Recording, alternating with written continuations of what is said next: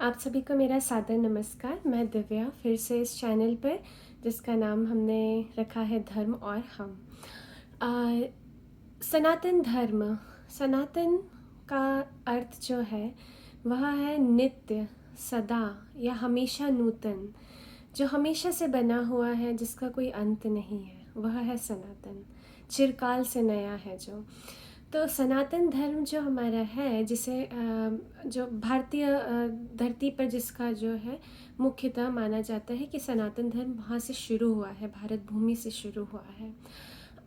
अब सनातन में बहुत सारी चीज़ें हैं जो बाद बाद में जो जुड़ती चली गई, और यह हमारा धर्म इसकी पूर्णतः स्वतंत्रता देता है कि यह आपकी स्वयं की यात्रा है।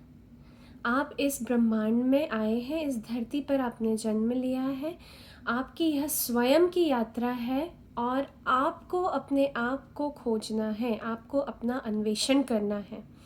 यहाँ कोई रोक टोक नहीं है, कोई भी किसी भी तरह का आपके ऊपर दबाव नहीं है।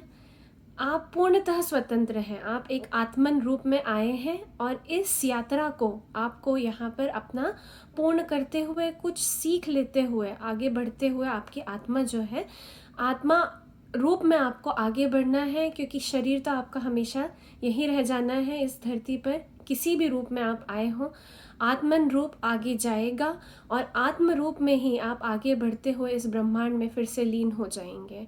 और अंततः जो मुख्य हमारा उद्देश्य है सनातन धर्म का, वह है हमें मोक्ष प्राप्ति का। तो आत्मा और सनातन धर्म जो जिस चीज़ में मानता है वह पुनर्जन्म भी है। तो आपको कुछ छोटे छोटे बिंदु जो बता दूं मैं, कि एक तो हम सनातन धर्मी हैं। सनातन धर्म मुख्यतः वेदों में अपना विश्वास रखता है और वेदों को सर्वोपरि मानता है।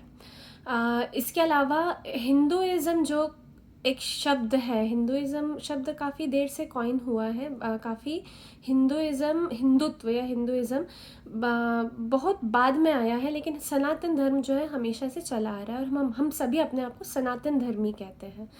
यहाँ पर ब्राह्मण और आत्मन, ये दो चीज़ें हैं जिनके ऊपर मुख्य बिंदु है, मुख्य तरह से जोर दिया जाता है। मुख्य तौर पे ब्राह्मण वो है जिसमें सब कुछ समाया हुआ है, जिससे सब कुछ निकला हुआ है। ऐसे मान के चलिए आप एक तरह से कि एक समुद्र है, समुद्र से बूंदें निकलती हैं और वहीं पर जाकर के फिर से मिल जाती हैं।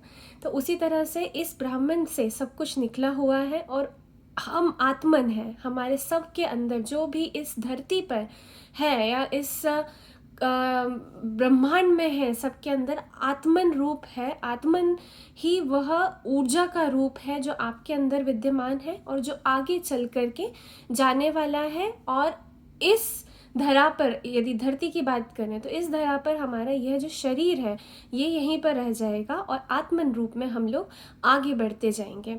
अब हर व्यक्ति आत्मन रूप में, जैसे धर्म अनुसार तो हम ये मानते हैं कि पेड़ों में, पशुओं में, सभी में आत्मा है। कई बार निर्जीव वस्तु में भी हमने आत्मा का कहा गया है कि हमारे इसमें आत्मा होती है, व्याख्यान दिए गए हैं। तो जब हमारे अंदर जो आत्मन है, आज आपका आत्मन, मेरे आत्मा अलग अलग स्तर पर हो सकते हैं। हम अलग अलग यात्रा यहाँ पर तय करने के लिए आए हैं, अलग अलग चीज़ें हम सीखेंगे यहाँ से। इसलिए हम सभी की यात्रा, हम सभी की घटनाएं जीवन की, हम सभी का अनुभव जीवन का अलग अलग होता है। और बहुत सारा ये अनुभव हमारा, और जिस तरह का जीवन हमें मिला है, ये हमारे पिछले कर्मों का और कर्मों के कारण भी हमें यहाँ पर मिलता है। या पिछले कर्मों का, या सीधा सीधा बोल लीजिए कि आपकी आत्मा, आपका आत्मन पिछले कर्मों में कितना सीख पाया है और अब उसे कितना सीखना है, उसके अनुसार यहाँ पर आप जन्म लेते हैं, और आप यहाँ सीखते हैं, और अगला फिर आप अपनी शरीर यहाँ छोड़ते हुए और अगला शरीर धारण करते होंगे, या आप उसी ब्राह्मण में फिर से मिल जाते हैं। फिर उसके बाद में आपका पुनर्जन्म होता है। तो इस तरह से ये प्रक्रिया चलती जाती है जब तक कि आप मोक्ष प्राप्ति न कर लें। तो ये हमारा मुख्यतः हमारा एक धर्म का सार है, ये सनातन धर्म का सार है। तो इसमें और हमारे धर्म में धर्म योग जिसे कहा जाता है, धर्म योग बहुत सुंदर एक योग है। धर्म एक दूसरे से मनुष्य को जोड़ने का, मनुष्य को प्रकृति से जोड़ने का, प्रकृति को मनुष्य से जोड़ने का, सभी का यहाँ पर एक दूसरे से जुड़ाव है। सभी को एक दूसरे का ध्यान रखते हुए आगे बढ़ना है, सभी को एक दूसरे से सीखते हुए आगे बढ़ना है। और यहाँ यदि सीधी सी बात है, इस प्रकृति को यदि आप नष्ट करने की कोशिश करेंगे, प्रयास करेंगे, तो आप स्वयं भी नष्ट होंगे ही होंगे। तो इस तरह से एक दूसरे पर हम लोग आधारित हैं, निर्धारित हैं कि आगे हमारा क्या होना है। और यही हमारे धर्म का मुख्य सार है। लेकिन इसमें आप कई रूपों में आप अपनी आत्म की जो शिक्षा है वो दे सकते हैं, और आगे इस जर्नी में आप बढ़ सकते हैं, इस यात्रा में आप आगे बढ़ सकते हैं। तो जैसे धर्म योग हो गया, भक्ति योग हो गया, कई लोग मूर्ति पूजक हैं हमारे यहाँ पर। मूर्ति पूजा हमारी संस्कृति का एक बहुत बड़ी धरोहर है, और उसी रूप में हम लोग उसे आगे ले जाना चाहते हैं, क्योंकि आगे आगे आने वाली पीढ़ियों को ये मंदिर, ये सुंदर कलाएं, ये हमारे जो भी धरोहर है वो आगे आने वाले पीढ़ियों को एक रूप में प्राप्त होगी, और वो भी उनकी भक्ति योग का साधन बनती हैं।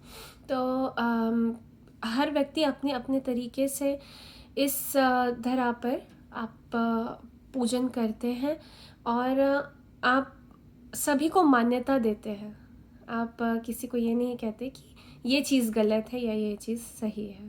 तो ये खूबसूरती है हमारे सनातन धर्म की। बहुत सुंदर धर्म है।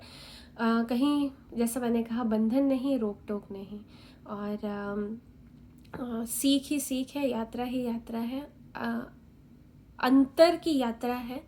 बाह्य यात्रा के साथ साथ आप अंतर की यात्रा करते हैं, और किसी एक चीज़ में विश्वास न रखते हुए जो आप सीखते हैं, जो आप अनुभव करते हैं, उनसे सीखते चले जाते हैं, और अपनी यात्रा आप तय करते चले जाते हैं। तो इस सुंदर धर्म को बचाइए, प्रसार